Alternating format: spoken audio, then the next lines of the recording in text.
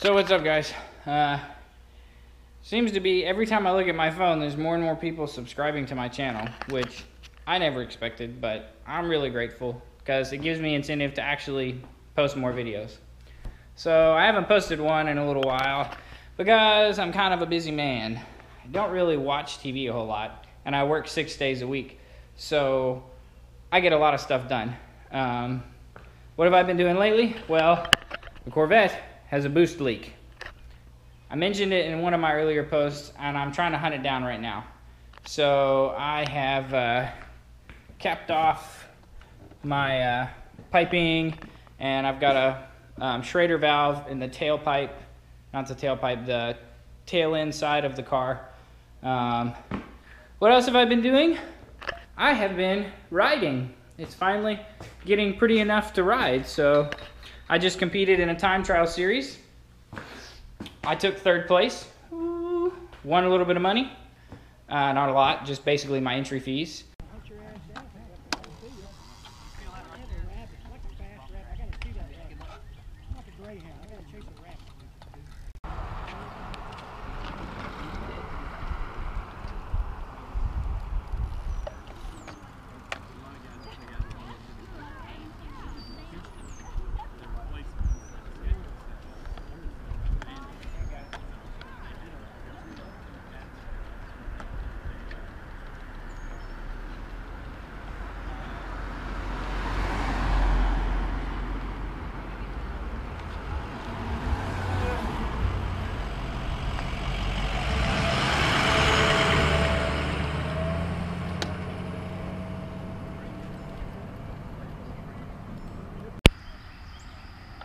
Far back!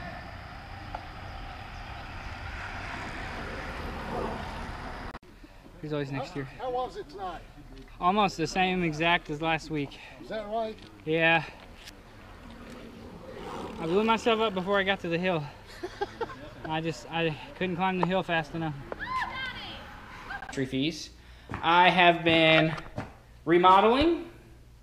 Our dining room is up for a remodel. I want to show the difference between the 2 windows. So this is how it used to look. No trim whatsoever. And this is actually where we pulled the molding off. And then it has molding underneath here. And the window seal wraps around. But over here, we cut the window seal flush and put the molding around the outside. We're doing the same molding around the doorways. This doorway is not finished yet, but let me begin. That's where we're at on the dining room so far. Pulled down all the baseboards, all the chair railing. That's why I can't work on my car all the time, because I'm working on remodeling different things in the house. I have been in the junkyard pulling motors, buying engine hoists. Why? Because my Dakota has a bad motor in it. 2 of the cylinders have about 60 psi of compression. It smokes like a freight train. So I will be rebuilding the motor to put in my truck here over the next, I don't know, probably 4 or 5 weeks, and I'll definitely be posting a whole series on that. I'm gonna build the motor to be semi-bulletproof. I'm gonna bolt the supercharger back on, upgrade the fuel system, get it dyno tuned. Well, I'm gonna get it tuned, and I'm also gonna get it dynoed, which I know, the Corvette's still not done. Well, I'm gonna finish the Corvette and then work on the truck. I gotta have a car to drive. I have flipped 3 cars because I needed money to do more toys.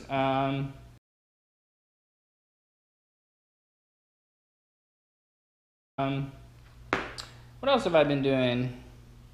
Last but not least, I host a Bible study at my house, and that just wrapped up actually this past week. So now I actually have my Saturdays back because I normally study for the Bible study on Saturdays and prepare because I actually lead it. I teach the Bible study. And I think that's probably it. My father-in-law had to have heart surgery, so that took up some time. Lots and lots of stuff. I'll be doing more DIY home stuff too. I'm going to be fixing the sprinkler system in my yard. I'm also going to rent a tractor and yank up some stumps. I cut a tree down last year, and I've got a couple stumps in my yard over there. So I'm going to rent a tractor and pull those stumps up and pull up a couple other bushes and stuff. So got lots of stuff going on. No international trips lately. Just really busy doing stuff. So enough with the small talk. Time to get to work on my Corvette here and see if I can hunt down the boost leak tonight. When I figure out what it is, I'll let you guys know. I'll show you guys kind of what happened. I don't know yet if it's the wastegates, if it's a coupler, if it's the Alumaweld joints that I brazed the pipes together. I really don't know what it is. I just barely got everything corked off. So we'll see what happens, but I'll find it. I thought it might be the blow-off valve, but I don't think it is anymore. It's actually gotten worse, gotten to the point where it'll build like 4 PSI under heavy acceleration. And when I first put the turbo kit on there, I had to be like uber careful because it would like go right to 6 PSI like that. I mean, like around a corner in first gear, 6 PSI, and be like, one time I almost spun out because it spools up so fast. So maybe not spools up to like full boost, but it definitely dumps a lot of power into that thing really quick. And because, I mean, it's already got 400 foot-pounds of torque, and then when you put a turbo on top of that, it's like those rear wheels don't even stand a chance. So, but stay tuned. I'll figure out what the boost leak is, and I'll clue you guys in. All right, guys, so here's my setup. I've got a Schrader valve on that side for these pipes, and then on this side, I've got just a flat piece to cork off this side, and it's actually holding about 8 PSI for minutes and minutes and minutes. So I did find one leak. I'll show you in a second. Let me pressurize, put some more air in here, and I'll show you guys. All right, so I got about 8-ish PSI in there. You're never gonna guess where it's leaking. Right here.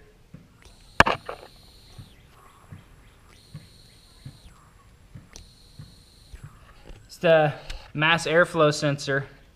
I'm not exactly sure what to do about that because this wire plugs into it, and that's definitely not going to be airtight. But so far, that's the only leak I've found. Just listening to it, and it's really quiet in here right now, except for the kid across the street playing basketball. But just listening, you hear it? So just listening, that's the only thing I've heard so far. But let's see what else we find. Found my boost leak. So the piping held, 8 PSI for several minutes. The only thing that was letting it bleed off was that mass airflow sensor. And that is honestly not a huge leak. Whenever I plug the connector in there, it doesn't leak nearly as bad. But this guy is one of my wastegates.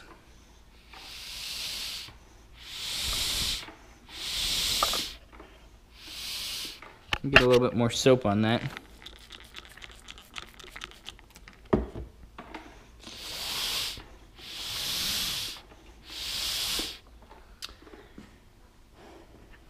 I can't explain why it's getting worse because that's how it's been connected pretty much since the beginning. Maybe it's because at first I didn't actually have my wastegates connected. I know, whatever. It just in my testing and tuning and, trips to the gas station and all that kind of stuff, I didn't connect them until, I didn't have the blow valve connected either until like, I actually went for my first drive to get it tuned. But I had driven 5 or 10 times back and forth to work, which is 3 minutes away. But anyway, so That's definitely a huge boost leak. So work on fixing that and then we'll go from there.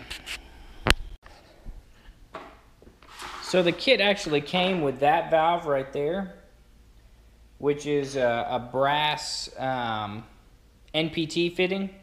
So they get wider, they're tapered. And this one was actually on the top, and it's just for a boost controller.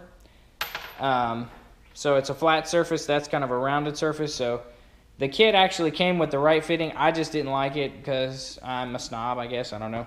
And so I changed it around. Well, put the brass fitting in there. Can you see that?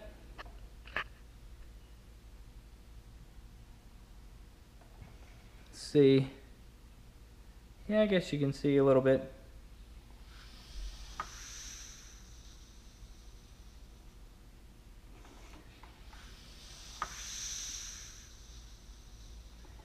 So it actually bleeds off a little bit, but I think it's designed that way so that, you know, if you've got enough pressure to open this valve, then you're probably already using more boost, or you need less boost than you're generating if you're opening this valve. So I don't think it's a bad thing that it bleeds off a little bit. Anything's going to be worlds better than the way it was. So I'm going to do this to both sides, wastegate, because I'm pretty sure both sides have the same problem. Hook it back up, tighten everything down, put everything back together, and then we'll go for a ride so we can hear some more turbo noises. So I have the car all buttoned back up. Got all my fancy covers and vacuum lines and everything hooked up. Got everything ready to go for a drive. I put the heavier wastegate springs in it because I think that was part of the problem. I also figured out why it was getting worse as time went on. The turbos had oil in them. So whenever I jacked the car up, I worked on it a little bit, came out the next morning, and there was oil on the ground. So I looked and the turbos had oil in them. Well, that's because I I had a burnt up relay. I don't know if maybe you can see that or not. That brown spot right there. I burnt up that relay. It was also the same problem that I was having on my fuel pump. I did the same thing to that relay. So I took one of that relay, right now the burnt up one is going for the horn. Why I didn't just go buy a new one is, one, those are kind of hard to find. I actually have to order that particular kind of relay online. They're like $25 a piece, which is not that I'm not good for the money. I just hate spending my money on stupid things like that. So next time I go to the junkyard for my Dakota, which I'm going to have to go pretty soon whenever I start working on it, I'm sure, to find nuts, bolts, parts, you know, whatever. I'll just go to the junkyard and find another General Motors vehicle and pull a handful of those things out and get a handful of them for $5, as opposed to $25 for one. Speaking of which, I don't work 6 days a week technically. I remember I said that earlier in the video, but I work Monday through Friday at my full-time job, and then on Saturdays, I get up and I work all day. I either work at earning money or I work at saving money, which is why I can afford all this stuff. I'm not a millionaire. I really don't even make that good of a living.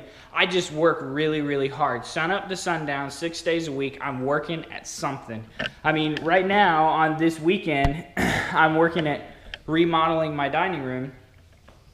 I've got about $500 in the supplies, tools, and stuff like that. To do what I'm doing to my dining room, putting up wainscoting and all that stuff, would cost me about $2,000 to pay somebody else to do it. I'm doing it for myself for about $500. Just things like that. Like this turbo kit on my Corvette, I have $4,500 in the whole thing, tuning and everything. Well, I guess about $4,800 if you count the tuning software. I bought HP tuners. And then had to pay the $100 fee to link it to my vehicle. So I've got about $4,800 in this entire kit, actual dollars. Lots and lots of time, but not a lot of money.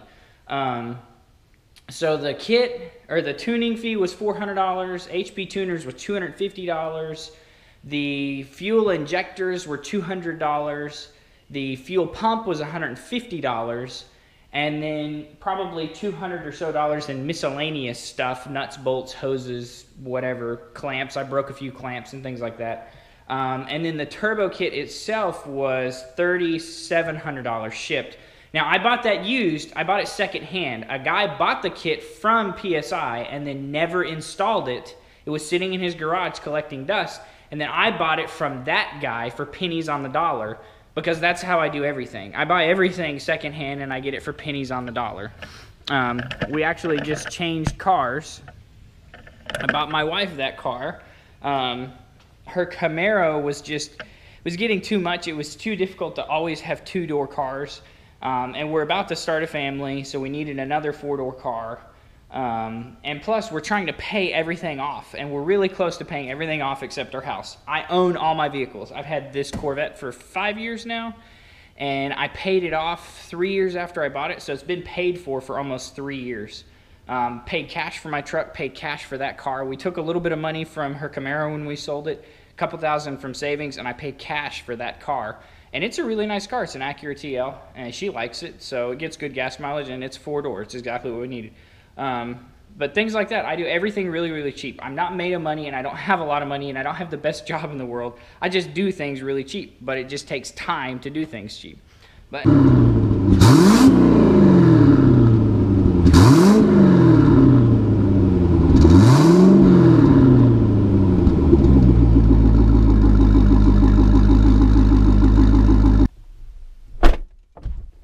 I started this video about 2 weeks ago. But I wanted to give you guys a little bit of a payoff. So I just about an hour ago got a new tune file from the tuner. And I'm going to go out for a data log. So I thought I'd give you guys a ride along with the data log. So I'm going to flash the tune file right now. Then we are going to be doing a quick little run to... Oh, I can't find my software. Do a quick little tuning run, and I'll give you guys a shot of that. Make sure that the AFR stays below 13. And if you see that red line spike up, just let me know, okay? Oh, it's not. I've done it a bunch of times. We're going to be fine. It's not a big deal. And we're not going to go any